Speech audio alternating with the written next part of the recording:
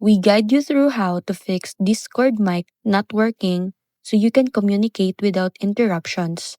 First thing you need to do is check that your microphone is properly connected to your device and not muted. Open Discord, go to User Settings at the bottom left, then select Voice and Video. Make sure the correct input device is selected under Input Device and adjust the input volume to an appropriate level.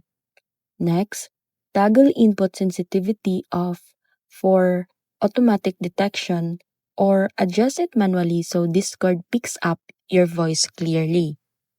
If the mic still doesn't work, check your system's audio settings to ensure the microphone is enabled and has permission for Discord.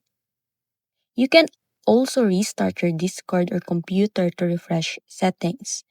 After following these steps, your mic should work properly, letting you join voice chats and communicate with friends or teammates seamlessly.